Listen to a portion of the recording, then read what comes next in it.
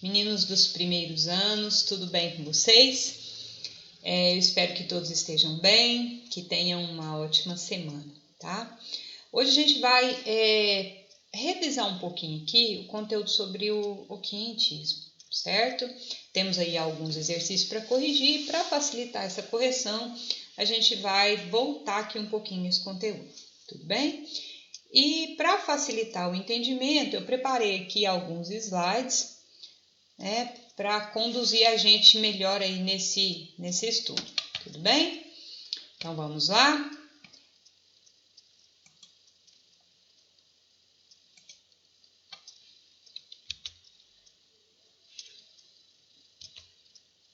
Então olha só, o quientismo ele não é considerado um período literário, né?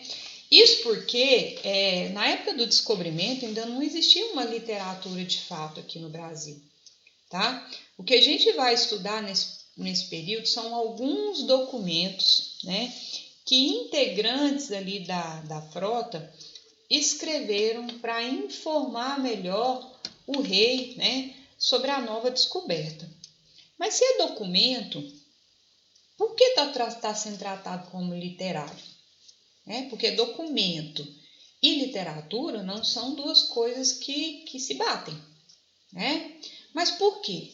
Porque ao fazer esses relatos, né, eles colocaram suas impressões pessoais, a maneira como eles viram, quase que poética, ao descrever ali aquela terra e os nativos. Então são textos recheados de muita pessoalidade, de muitas figuras de linguagem. Não é simplesmente uma descrição pura e simples. É uma descrição com bastante pessoalidade, com bastante impressão pessoal, com muitas figuras de linguagem daquilo que eles viram, daquilo que eles presenciaram, certo? Então, aqui eu já falei, né? Muitos viajantes e jesuítas colaboraram com seus relatos para informar ao rei de Portugal sobre a nova terra. Então, são impressões pessoais. Então, o contexto histórico desse período é a chegada dos portugueses e aquele choque cultural que eles tiveram aqui entre europeus, né, os portugueses e os nativos. Portugueses brancos, bem vestidos, e os nativos ali da pele escura, avermelhada, quase que nus, né, vestidos de uma maneira muito diferente. Então, houve ali naquele momento um choque cultural, né? O objetivo das grandes navegações, claro que era o comércio. Só que quando eles chegaram aqui, como eles iam vender o quê? Os índios não tinham o hábito de comércio, né? Eles não eram nem compradores e nem vendedores. Então, restou aos portugueses o interesse ali pela nova terra. Quando eles viram os índios ali, eles já perceberam, pelos adornos que os índios usavam, que ali tinha riquezas, pedras preciosas, né? Então, ali eles já perceberam que poderiam explorar ali aquela nova terra e que precisavam conhecer melhor essa terra, né? Então, a colonização, ela incluía duas frentes. O império, com a exploração econômica, e a fé, com a catequização dos índios, certo? Então, houve aí essas duas frentes. Aí aqui, eu fiz um esqueminha para facilitar, e eu queria ver se eu conseguia aumentar isso aqui, né? Mas vamos ver se a gente consegue fazer por aqui mesmo. Então, a literatura desse período, ela é dividida aqui entre a literatura informativa e a literatura jesuítica, certo? A informativa consistia nos relatos, nos diários e nas cartas, certo? Os relatos incluíam aqui a descrição pessoal e detalhada desse paraíso e dos nativos ainda não corrompidos, chamados aí de gentios, com O, certo? O principal documento aqui é a carta de Pero Vaz de Caminha, né, onde ele descreve ali tudo o que ele viu, da maneira que ele viu. né, para enviar ao rei de Portugal. E aí está aqui, ó, se é documento, porque é considerado literatura. Nós já falamos sobre isso, né? Seria pela maneira de escrever, pelo trato pessoal e pelo uso das figuras de linguagem. Certinho? Então, aqui é a parte da literatura informativa. Aí vem a literatura jesuítica, né? Os jesuítas da Companhia de Jesus, eles chegaram em 1949, ou seja, não foi no ato na chegada dos colonizadores ali, da frota. Foi em 49 anos depois, certo?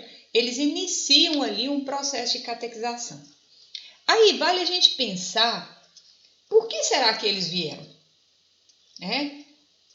Provavelmente não apenas para impor a cultura católica, para impor a religião católica, mas provavelmente os colonizadores queriam ali explorar aquela terra, encontraram nos índios uma dificuldade e chamaram os jesuítas, né, para facilitar essa comunicação e esse relacionamento aí entre portugueses e índios, que provavelmente não foi fácil. Primeiro porque a cultura deles era muito diferente e a língua também. Então, os jesuítas chegaram para impor a religião católica, mas eu penso que tinha um outro interesse aí, que era a exploração da terra e que os índios não estavam permitindo. Então, ali eles trouxeram uma nova linguagem, e catequizando os índios, essa exploração da terra seria um pouco mais fácil, né? Então, os jesuítas fizeram isso de uma maneira muito didática, né, com textos de fácil entendimento, né, com o intuito de impor essa cultura europeia ali aos índios. Mas eu imagino, professores de história aí depois me ajudem, que o objetivo principal era a exploração da terra e que os índios não estavam ali muito facilitando isso não, né? E eles usavam muito, né, as artes para facilitar essa comunicação, visto que eles tinham uma língua diferente, né? E dentro aí dessas artes, eles pintavam nas folhas de bananeira, eles faziam autos. O que eram os autos aqui? O que eram autos? Eram teatros baseados em textos bíblicos e eram apresentados aos índios. Por quê? Porque mostrar o que eles queriam de maneira teatral, eles acreditavam que seria mais fácil, certo? Os principais autores aqui, fiz errado aqui, né? Esse esquema aqui, mas tudo bem. Os principais autores são o padre Manuel de Nóbrega, com essa obra aqui, ó, Diálogo sobre a Conversão do Gentio. Aí o gentio eu já falei para vocês, que é aquele que ainda não havia sido corrompido, né? E o padre José de Anchieta, esse é o principal. Ele usava muito a arte, ele chegou a escrever um dicionário e até uma gramática, né, da língua aí para facilitar essa comunicação com os índios. Tudo bem, pessoal? Então, aqui a gente termina aqui um pouco dessa revisão, né, sobre esse quinhentismo. Lembrando, quinhentismo vem de 1500, tudo bem? Então, eu penso que agora nós já estamos prontos para fazer aquela correção lá, tá bom? Beijo, até mais, tchau!